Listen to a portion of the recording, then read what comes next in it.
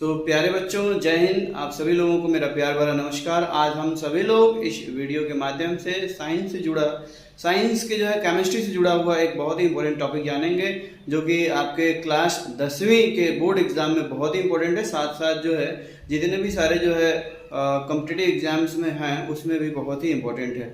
आइए, आज हम लोगों का टॉपिक है, जी हाँ, जैसा कि आप स्क्रीन पे बोर्ड पे देख रहे हैं, पीएच। क्या है? पीएच। तो आज हम लोगों का जो टॉपिक है वो है पीएच से संबंधित। और पीएच से संबंधित मेरे बहुत सारे वीडियोस हैं वो अपलोड हैं यूट्यूब पे, मेरे चैनल पे आप जाके देख सकते हैं। आज हम लोग जानेंगे कि पीएच पेपर होता है उस पर उसकी मदद से बहुत सारे पदार्थों का पीएच मान जानने का कोशिश करेंगे। जी हाँ, ये एक पीएच पेपर से लिया गया स्केल है।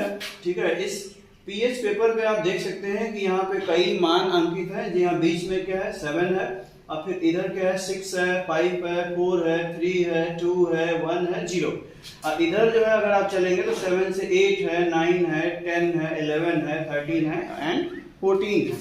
ठीक है, अगर किसी भी पदार्थ का पीएच मान, ठीक है, कितना होता है? 7। अगर किसी का पदार्थ का पीएच मान 7 होता है तो ठीक है, वो क्या होता है आपका? न तो अम्लीय होता है, न तो क्षारीय होता है, वो उदासीन होता है। जो उदाहरण है शुद्ध जल। जी हाँ, जो शुद्ध जल है वो उदासीन है और इसका पीएच वैल्यू कितना होता है?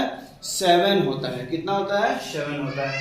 अब जैसे जैसे हम लोग ठीक है, 7 से कम वैल्यू की तरफ बढ़ेंगे, 6, 5, 4, 3, 2, 1, 0, वैसे वैसे क्या होगा कि जो पदार्थ है वो आपका अम्लीय होता जाएगा। अगर आप 6 आते हैं तो ये पदार्थ आपका क्या है? अम्लीय है। 5 पे पदार्थ और ज्यादा अम्लीयता बढ़ती गई, 4 पे और ज्यादा अम्लीयता बढ़ती गई, 3 पे और ज्यादा अम्लीयता बढ़ती गई, 2 पे और ज्यादा अम्लीयता बढ़ती गई। मतलब कि जैसे जैसे 7 से नीचे की तरफ आते हैं अम्लीयता पदार्थों की बढ़ती जाती है, और जैसे जैसे हम 7 से ऊपर की तरफ जाते हैं, 8 जाते हैं, 9 जाते हैं, 10 जाते हैं, 11 जाते हैं, 13 और 14, तो क्षारकता बढ़ती जाती है। जी हाँ, अम्लता की तरफ क्या होता है कि वैल्यू को कम होना होता है, जबकि क्षारकता की तरफ वैल्यू अगर बढ़ती है तब क्षारकता बढ़ती है। इसके पीछे रीजन ये है बेटा, कि रीजन ये है कि जैसे जैसे पदार्थों की वैल्यू कम हो रही है ना, पीएच मान 7 से 6 हो रहा है, 5 हो रहा है, तो एक्चुअली होता क्या है? अम्लता बढ़ती है। इसके पीछे रीजन ये है कि पदार्थों में जो हाइड्रोजन आयन है उसकी सांद्रता बढ़ती जाती है।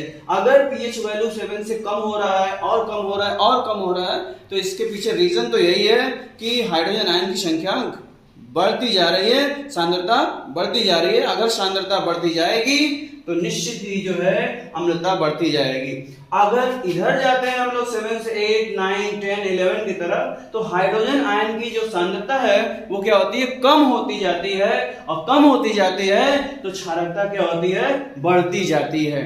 आइए हम लोग कुछ एग्जांपल्स देखते हैं। अगर शुद्ध जल का पीएच वैल्यू 7 है तो ये आपका उदासीन है, न तो अम्लीय है, न तो क्षारीय है। इधर आप देखेंगे कि 2 और 3 पीएच के बीच में एक वैल्यू है ना, 2.2। जी हाँ, ये नींबू के रस का पीएच मान होता है। और आप समझ सकते हैं, अगर किसी पदार्थ का पीएच अगर 5 या 6 है ना, अगर नींबू का यहाँ दिख रहा है कि 2.2 है, तो ज्यादा अम्लीय कौन हुआ? जी हाँ, नींबू का रस ज्यादा अम्लीय हुआ, जिसका पीएच वैल्यू 2.2 है। ठीक है, क्योंकि 5 या 6 पीएच वैल्यू की अम्लता क्या होगी? कम होगी इसकी तुलना में, क्योंकि इसमें हाइड्रोजन आयन की सांद्रता कम होगी, इसमें हाइड्रोजन आयन की सांद्रता ज्यादा होगी।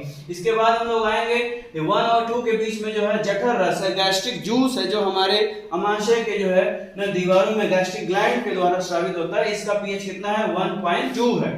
ठीक है, फिर आगे इधर आएंगे हम लोग क्षार में तो इधर देखेंगे कि यहाँ पे पीएच वैल्यू 10 है, तो किसका है? मेल्क ऑफ मैग्नीशिया। जी हाँ, milk of magnesia pH value कितना है? 10 है, याद रखेंगे आप लोग। फिर इसके बाद और NaOH जो सोडियम हाइड्रोक्साइड है, इसका पीएच वैल्यू कितना? 14 है। इस तरह से देखा जाए तो क्षारकता किसकी ज्यादा है? मिल्क ऑफ मैग्नीशिया की कि सोडियम हाइड्रोक्साइड की? जी हाँ, बहुत सही आंसर दे रहे हैं आप लोग। मिल्क ऑफ मैग्नीशिया की क्षारकता कम है, और जबकि सोडियम हाइड्रोक्साइड की क्षारकता ज्यादा है। तो इस तरह से मेरे प्यारे बच्चों, ये आपके एनसीईआरटी से लिया गया टॉपिक है, और एनसीईआरटी की ये वैल्यूज लिखी हुई है जो कि बहुत ही इंपॉर्टेंट है। आपके बोर्ड एग्जाम्स के लिए बहुत इंपॉर्टेंट है और कॉम्पिटिटिव एग्जाम्स के लिए भी इंपॉर्टेंट है। तो मैं आशा करता हूँ कि आप सभी लोगों ने जो है इसको नोट भी कर लिया होगा, समझ भी लिया होगा अच्छे से। सो बहुत बहुत धन्यवाद।